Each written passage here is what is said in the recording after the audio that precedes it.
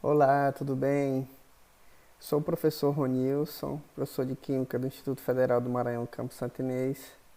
Estou aqui para trabalhar com vocês aí o curso de resíduos sólidos, tá?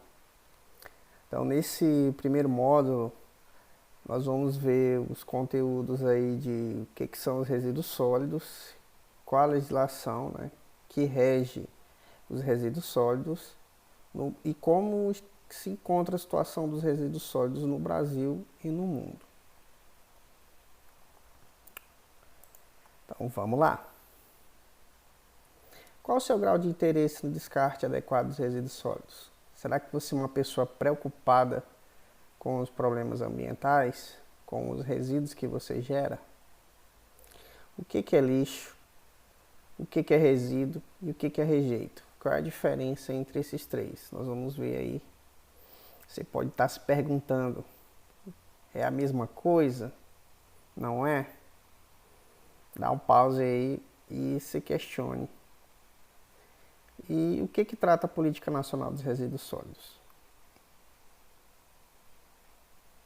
Nesse primeiro módulo, gente, nós vamos ver a origem dos resíduos sólidos, o que é resíduo sólido, quais são suas características e a situação no Brasil e no mundo, como já foi dito. Então, a questão dos resíduos sólidos, ela começa aí a chamar a atenção devido ao crescimento populacional.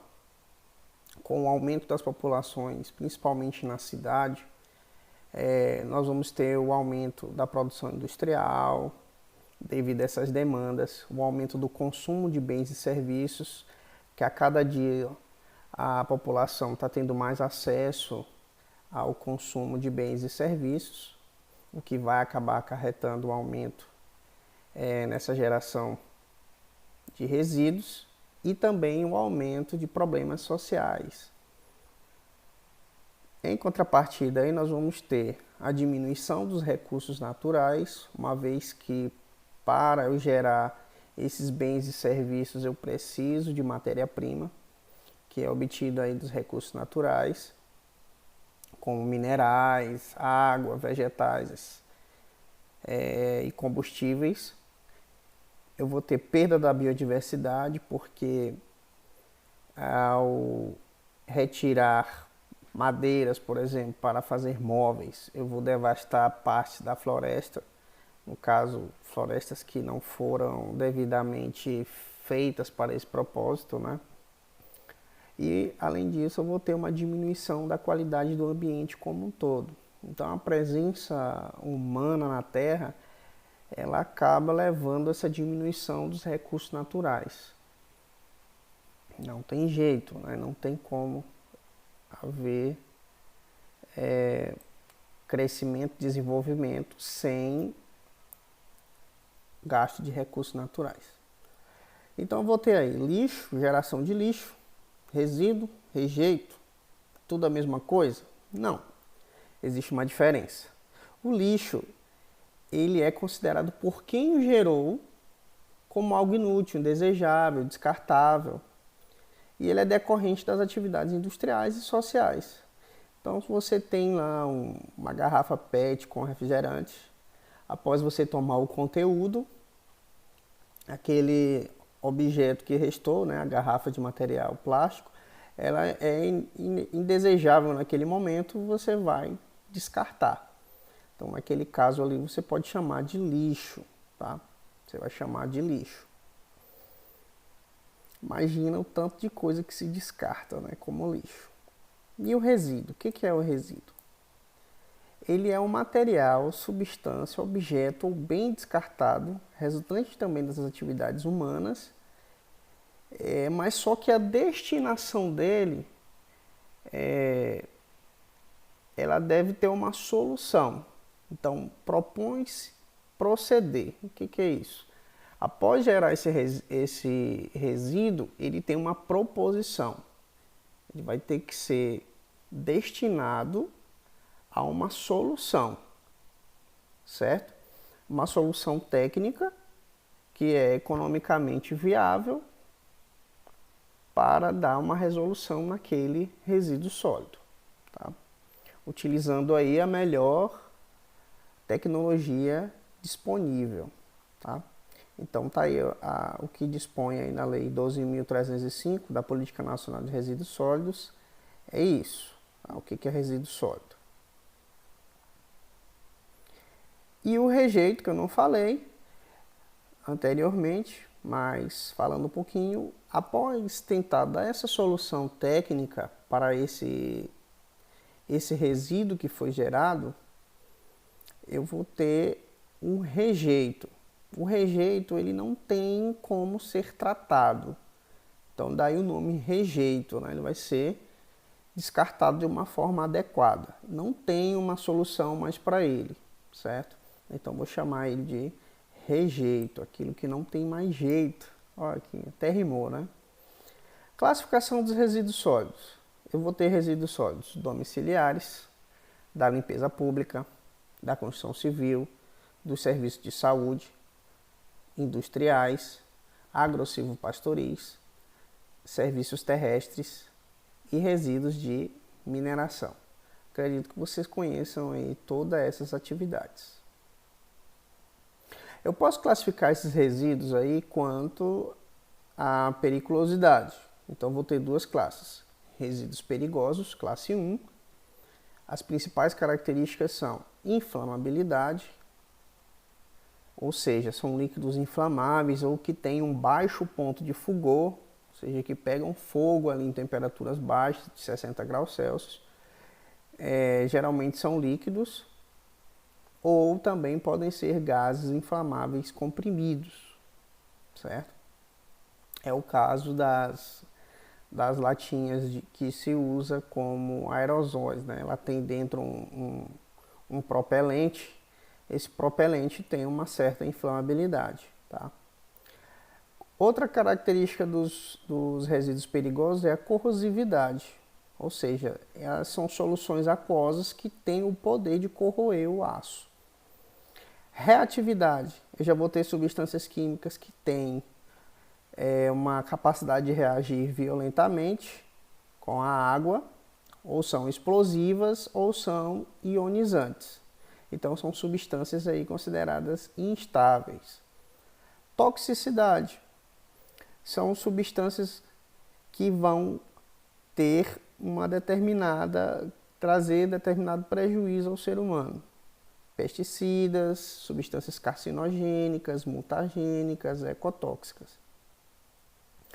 Patogenicidade, eu vou ter aí resíduos que vão conter em uma determinada amostra micro-organismos patogênicos, proteínas virais, toxinas e etc.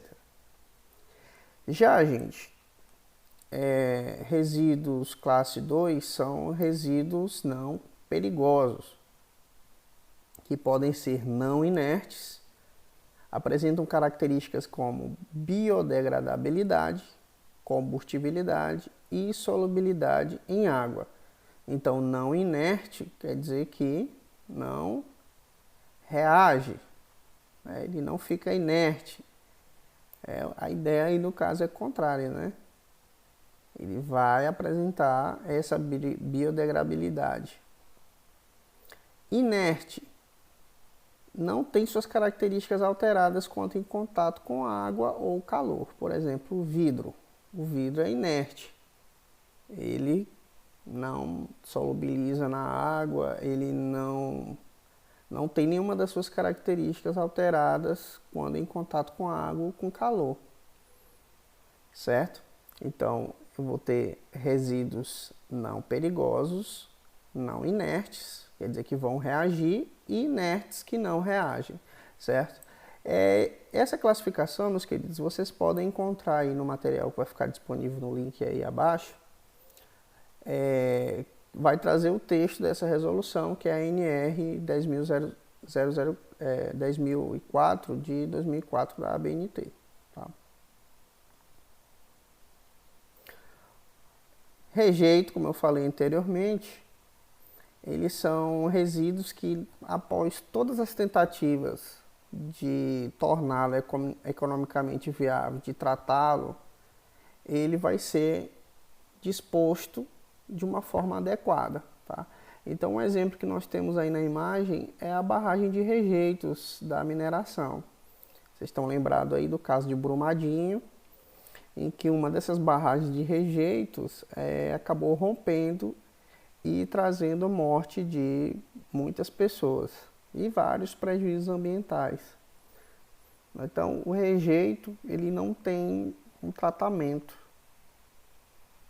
adequado, não dá para recuperar esse material e aí ele vai ser colocado ali para que o tempo possa fazer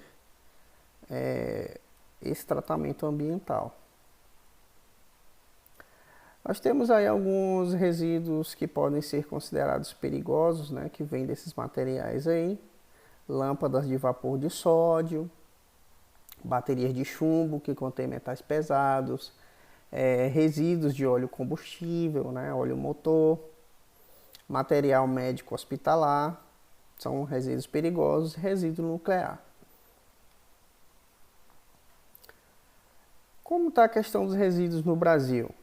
O Brasil gera em torno aí de 79 milhões de toneladas de resíduos por ano, sendo que 29,5 milhões de toneladas vão para lixões ou aterros controlados. E aí a gente conclui que o Brasil pouco investe em tratamento de resíduos sólidos, apenas 10,15. Ou seja, 29,5 milhões vão para os lixões ou aterros controlados e os outros não têm destinação adequada. Tá? Na nossa imagem aqui, nós vamos perceber que quem gera mais resíduos sólidos é a região sudeste, porque existe uma certa relação entre consumo, né, desenvolvimento com a quantidade de resíduos sólidos gerado. A região sudeste é uma região que produz muito, tem um alto consumo, uma alta quantidade de serviços, de pessoas. É uma região de alto desenvolvimento. E aí nós vamos ter uma maior geração de resíduos. Seguidos aí pela região nordeste, que é uma região populacional muito grande, sul, centro-oeste, depois sul e por último norte, onde tem a menor população do nosso país. Já no mundo, nós vamos ter de novo essa associação. Quanto mais rico for o país, mais resíduos ele vai gerar. A grande diferença é que países ricos dão uma destinação adequada melhor aos seus resíduos, porque possuem técnicas de tratamento melhores. Enquanto nações que são menos ricas, é o caso aí do Brasil, não dão uma destinação correta, adequada a esses resíduos. A grande maioria deles vão parar em aterros ou lixões. A gente vai ver que a maior parte do lixo no mundo vai terminar em aterros. Segunda maior parte é reciclada, depois se incinera, lixões, compostagem, entre outros. Tá? Então, os países mais ricos, eles tendem a tratar melhor o seu lixo, enquanto os países mais pobres têm menor tratamento desse lixo. Aqui nós temos alguns casos, por exemplo, no Japão, tem um tratamento de resíduos de Mishima e Osaka, em que os resíduos sólidos são incinerados de forma a gerar energia elétrica.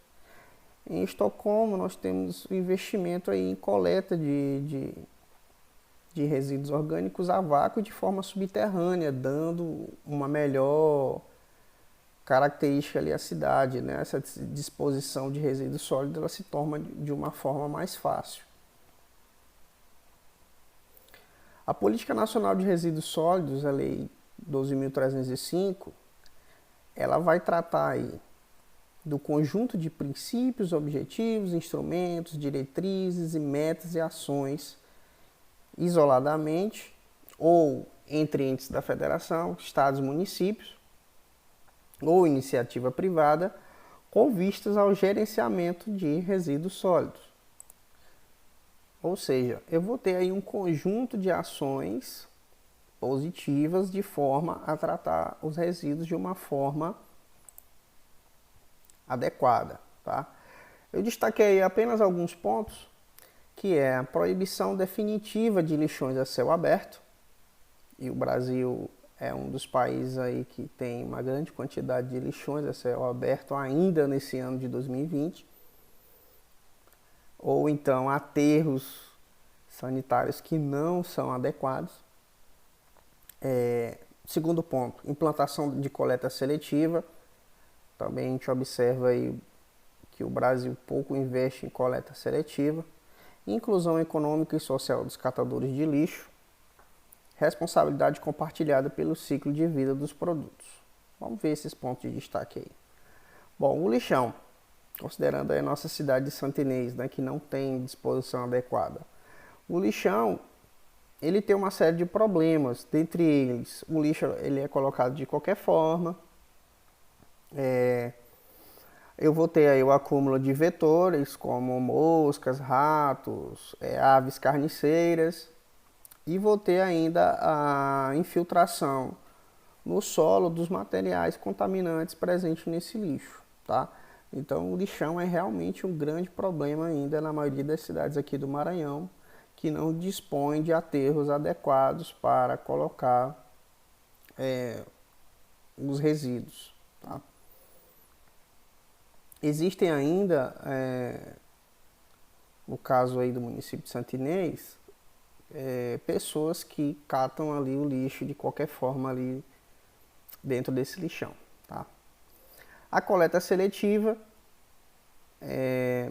ela vai servir para separar esse lixo de forma que eles sejam destinados de forma adequada, e aí eu possa fazer o próximo passo, que é a reciclagem desse material.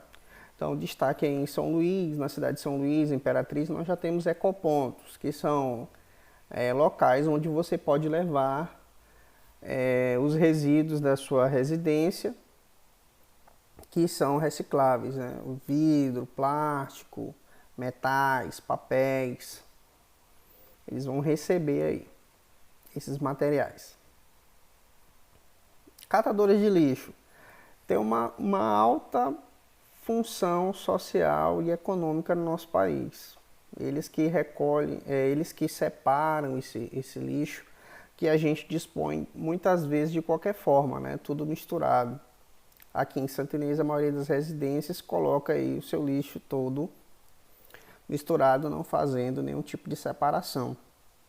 E essa separação após a coleta aí pelo caminhão do lixo, ela é feita muitas vezes pelos catadores de lixo, que muitas vezes não têm condições de trabalho.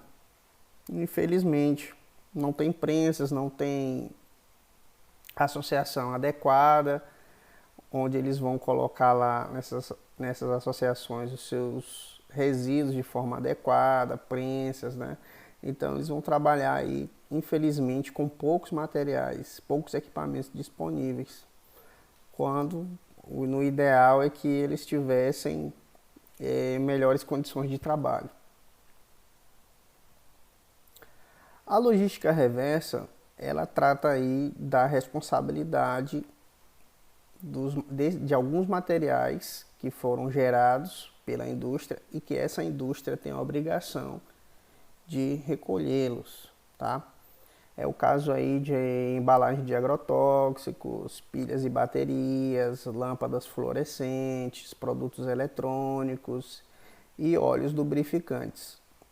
Alguns desses materiais são mais facilmente recolhidos, como óleos lubrificantes, pelos estabelecimentos, mas infelizmente ainda ocorre muito descarte inadequado, principalmente de pilhas e baterias por as residências, lâmpadas e os produtos eletrônicos que muitas vezes são descartados de forma incorreta. Na verdade, você teria que levar pilhas e baterias, lâmpadas fluorescentes a pontos de coleta específico. O problema é que na maioria das vezes esses pontos não existem nos municípios. E aí uma solução, por exemplo, é você armazenar em recipientes pequenos, né? No caso lá da minha casa, eu guardo as minhas pilhas numa garrafa PET. para que em algum momento eu possa levá-las no ecoponto, tá? Então, meus queridos, esses são aí os nossos problemas iniciais aí em relação aos resíduos sólidos. Eu agradeço você ter acompanhado até agora, meu muito obrigado. Se inscreva aí no canal, tá? E aqui no link abaixo você vai ter aí algumas questões relacionadas a esse primeiro módulo aí, tá? E o material para você ler e se aprofundar. Qualquer dúvida, a gente pode colocar aí no comentário que eu teria muito prazer em respondê-lo, tá bom? Tchau, tchau!